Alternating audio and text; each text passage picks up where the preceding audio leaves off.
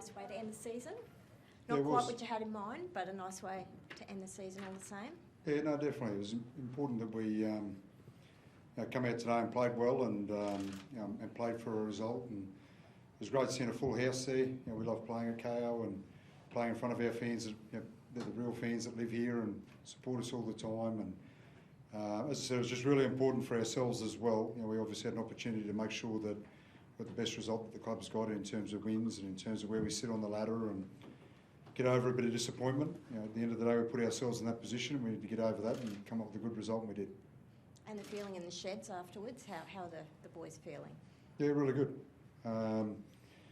They're happy with the result today, obviously, and I think we've got so many things that we can be happy about through the year.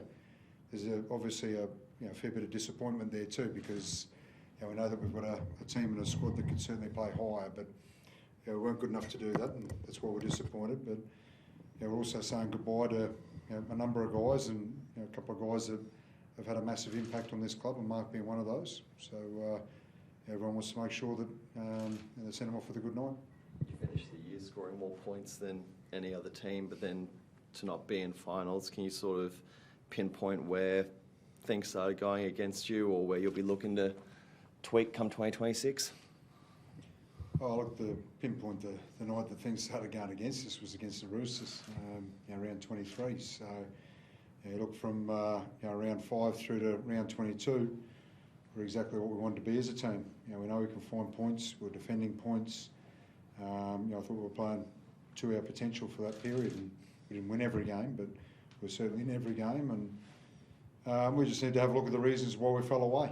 And we've had lots of disruption and lots of changes, and that has an impact. But I still think we could have handled that a little bit better than we did, and that's what we need to find. Those big wins that you did have in the middle of the season, that sort of did come off some really bruising physical defence. Can you sort of pinpoint whether that fell away or where that fell away, and for what reason in that little losing run there leading up to the last fortnight? Oh, look, I don't have a clear-cut reason for you, but there's no doubt that our defence fell away. I don't think our ability to score points fell away, and we showed that again tonight, didn't we? So, that's obviously our biggest improvement area, to finish ninth and score more points than any team in the competition. It's outstanding for us and outstanding for our attack, but we know that we need to be better defensively. It's been what we've had to build on the last 3 years, to be fair, and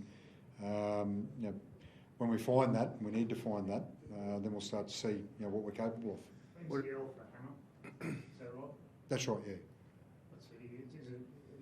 What's the initial feeling? Is it a serious one, or how long do you think you might be out for? Look, I don't really know, to be honest. I just got told that it was an MCL. I don't know whether it's a low grade, high grade, medium grade. Haven't sort of got that detail yet.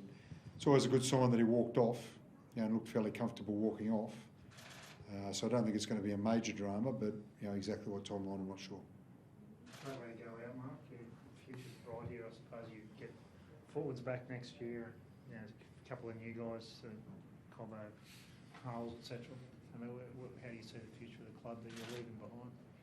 Yeah, I mean, I guess feels a little bit similar to last year. Like we close enough, but not not quite there. Obviously, the boys will work hard over the off season, and a few new guys come in, and all those young guys that get to play this year because of the injuries we had, they'll all be better for it, and that all those guys that were injured will come back, and hopefully the boys can take that extra step that we've sort of haven't been able to do the last couple of years and play finals. And I think the foundation's here, everyone knows that, but obviously there's a few things that just need to improve, and if the boys want to take that next step. What can you tell us about Tavita Nafahu? I think be the first academy player to come through the club, and he had 200 odd metres by half time as well. What can you tell us about his future?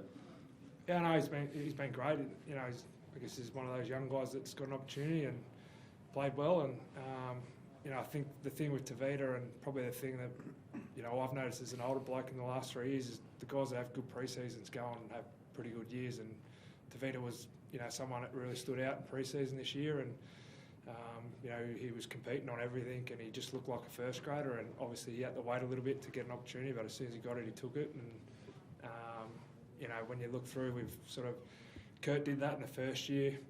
Pluffy was unreal in that pre-season going into last year and got Player of the Year. So you know, it was our message. I guess it was the message I gave them first day last year pre-season is, you know, if you rip in pre-season as a young fella, you never know what might happen. And you know, I'm sure there'll be someone again next year. But as I said, hopefully, you know, with the boys back and we can have some luck with injuries, and hopefully the boys can play some finals next year. And Kristian, just with the blokes who did have season-ending injuries, would they all be on track for round 1 next year, or a bit too far out to really be able to know at this stage? Oh, no, they won't all be round 1, no. Tommy Gilbert should be round 1. I mean, we've got a lot of things to get through when you're recovering from those sorts of injuries, but Tommy Gilbert should be round 1. Obviously we're hoping that Tom Flegler's available around that time. Daniel Safidi should be available, but the guys who've had the ACLs, they're going to be a little bit longer. Jack and Plathy, I think Plathy will be a little bit sooner than Jack. He might be around 6 or 8 or something like that, everything going well, and Jack will be a little bit later. Michael, it was a lovely moment for you when you ran out on the field and the crowd stood up, and then to score that try and convert it. How much did all of that mean to you today? Yeah, I got goosebumps when I ran out. Obviously, the crowd started cheering, and I could feel it from behind me as I ran onto the field. And then, sometimes rugby league's a bit poetic, and got the touch. Straight away got a try in front of the crowd, and Jermaine said, "Do you want to kick it?" And luckily, it was in front. I don't think Wolfie was real happy with it. There's still about 30 minutes to go, and probably started the party a little bit too early, but. As soon as we scored the next try out on the sideline, I said to Jermaine, "You can have it back, mate." Jermaine was standing about 3 metres behind you the whole time you were kicking. Was he coaching you or something behind there? Yeah, no, he wasn't giving me any tips, but I don't know if he was just standing there just in case I got nervous and wanted to pull out. But I kicked a few goals in 20, so it just brought me back to my heyday, I guess.